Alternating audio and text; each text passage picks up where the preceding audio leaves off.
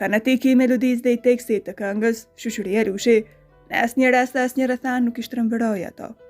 I bindur se kështu respektonte brezat e tërë që i kishin nxjerrë nga thellësia e shpirtit të tyre, sepse vetë populli që poet. Ëmbëlsinë e këtij vargu shyqi, siç e thërrisnin të gjithë, në vendindjen e tij në Shkodër, e përkëdheli dhe e përcolli me aq shpirtë e potencë. Kështu do të shprehej në parathënien e librit Ahengu Shkodran më dhajej të Shoqëria Rushi, humoristi Smajl Aliaj. E për të vijuar me rrugtimin e bukur dhe të vështirë të këngëtarit të mirënjohur Shoqëria Rushi, menjëherë pas grupit popullor me Eragip Shaqiri Zaganjori, Hasan Zeneli Kraja, Ismet Kraja, e më vonë me Yunus Gushtën e Enver Anadodin, e ku për fat më vonë do të takohem me Sherif Velin, e do të njihte edhe të madhin Hasan Preza. Do të punonte si këngëtar i grupit të Dudasit për 3 vite, ndërkohë u njoha dhe me një tjetër mjeshtër të këngës popullore shkodrane, Pjetër Tafilin, do të vijojë kështu rrëfimin e tij, i mirënjohur i Shoqëria Rushi. Pjetër Tafilin, i cili i binte sazës dhe që njihej në rrethet e muzikantëve si Nana Ahengu Shkodran. Më ka çuduar që edhe me të bëja aheng. Në një nga këto ahengje, ai këndoi këngën e tij madh Yt Pranvera, e cila më pëlqeu për dallgëzimin e ndjenjës së pastër njerëzore, ndaj dhe e mësova më njëherë, dhe e kam pasur ndër këngët të mod të preferuara të repertorit tim. Me këtë grup punova rreth 3 vite. Në xhirin e tij kalova një tjetër shkollë muzikore, ndaj sot i kujtoj me respekt të thellë, si mësues, por edhe si koleg. Një tjetër instrumentist virtuoz i kohës ka qenë Kolbjerda, ai violine si binte në gjuhë. Mbaj mend se ka pas një biçikletë me numër 1, pasi në dekadat e para të munizmit, edhe biçikletat ishin të regjistruara e kishin numër. Por numri 1 Kolbjerda ishte në violinë, e njihte Ahengun Shkodran dhe jepte shpirt interpretimit.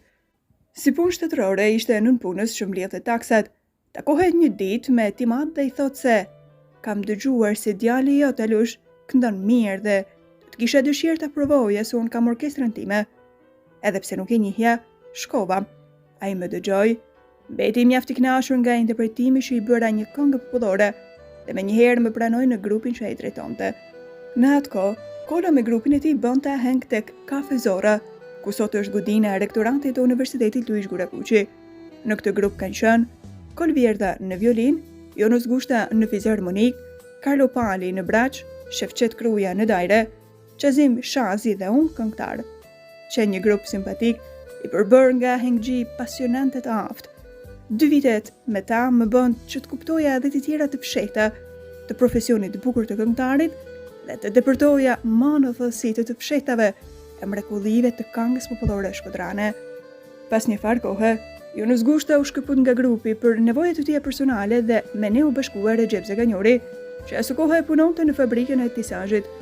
Grupi i pësoi dhe ndryshimet të tjera.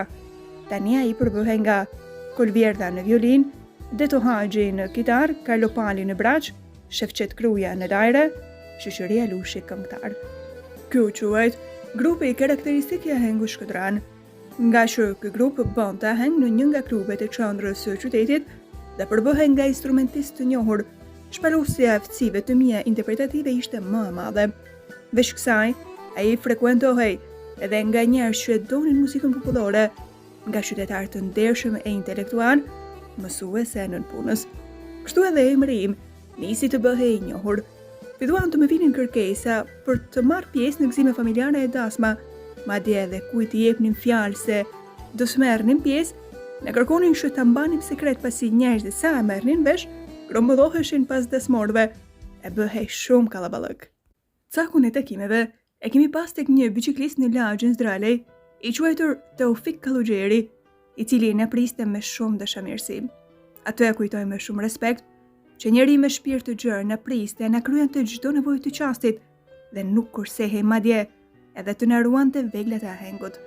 Rexhepi na thoshte të shkonim tek Teofiku tek e tek për mos me ranë sy. Megjithse shpejt u hapte fjala dhe shiket e këngës popullore merrin vesh itinerarin ton dhe na viheshin mbrapa. Kështu ky grup u bë shpejt i njohur në të gjithë Shkodrën. Kishim harmoni e mirë kuptim me njëri tjetrin dhe çdo aheng e bëni me qejf të madh. Për fat, në grup patëm edhe kompozitorin popullor, krijuesin e talentuar Shefqet Kruja, i cili në këngë popullore qytetare shkodrane, qysh atëherë në vijim, pati një hon të admirueshme. Me këngët e tij të bukura, për nderin e tij dhe tonin, bëm dhe një shtesë të Ahengo Shkodran, duke futur në kulm të tij këngën që ne e quanim Zyl Hava. Të përgjigjesh e kërkesave të njerëzve për të marrë pjesë në gëzimet e tyre familjare ka qenë sakrificë e vërtet. Në mënyrë të veçantë problem kishim shkuarjet në fshat pasi siç dihej, mungonte transporti. Shpeshherë kemi udhëtuar me orë në këmbë për të shkuar në X fshat, më së shumti me biçikleta madje, edhe në kohë të keqe apo në piskun e zhegut. Vetëm e vetëm për t'i ndejtë në fjalë kryefamiljarit që kishte gëzimin në shtëpi, por edhe publiku që e dinim se si mblidhej pas shpinave të dësmorëve. Ne i këndonim aso kohë pa mikrofona e qendra zëri, dhe vetë kuptohet lodhja ishte edhe më e madhe. Por sepse bëhej fjalë për Ahengo Shkodran, ne imposhtnim lodhjet e sakrificet dhe shëndonim e të gëzonim të pranishmit. Përveç këtij grupi bazë, unë kam bërë aheng edhe me ahengjitje të tjerë të nderuar e të respektuar, të cilët i kujtoj me nostalgji. I kujtoj sepse ishin ashik të këngës popullore dhe qytetare e Shkodrane, artistë në plot kuptimin e fjalës, që e donin me shpirt këngën popullore Ahengo Shkodran. I kujtoj ato figura të ndritura, pa të cilët Ahengo Shkodran do të ishte i paplot, si Adem Smajli në fizharmonik, Adilu Ikashi në kitarë dhe drejtues muzike, Agim Velaj në fizharmonik e kompozitor, i cili më pas e deri më sot kontributin e tij si drejtues muzike dha në lezhë, Asnan Kalaja në prim, shumë i ëmbël në aheng, Faik Quku në prim një melodios i talentuar, Zef Koleci një violinist i shkëlqyer dhe gastori i ahengut prej Trushit, Hasan Zenili me dajre prej Trushit, i cili gjithashtu që një njohës i mirë Ahengo Shkodran, Hakimanin, kitaristi i talentuar e ashik. Me këtë grupe instrumentistësh, punuam disa vjet pa e prishur as pak traditën Ahengo Shkodran, me të cilën ku do që shkuam, lam vetëm kënaqësi. Në grupet tona për disa vitet mira, patëm afruar edhe Alush Bëtyqin nga Kosova, por me banim në Shkodër. Ai i binte e Shërkis dhe këndonte plot patos këngët kosovare, disa prej të cilave edhe i patin gjizuar në Radio Shkodra. E morëm Alushin edhe për larmi programi, por edhe sepse i binte shumë mirë Shërkis, si vegël teli dhe se i afrohej sazës son shkodrane. Për shumë vite, në grup patëm edhe Agim Modhen me dajre, mjaft i mirë dhe simpatik.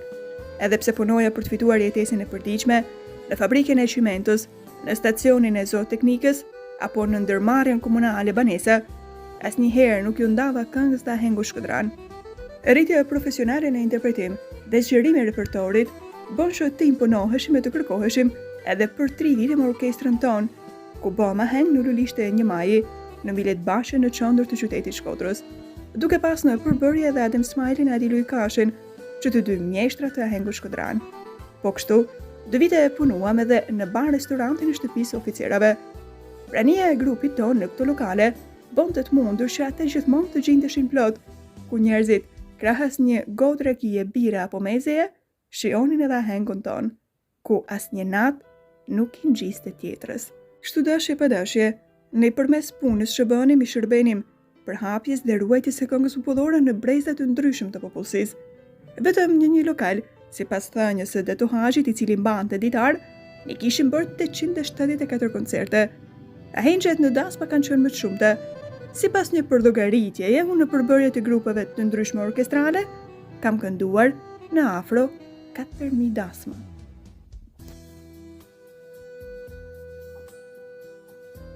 Fanatiki i melodi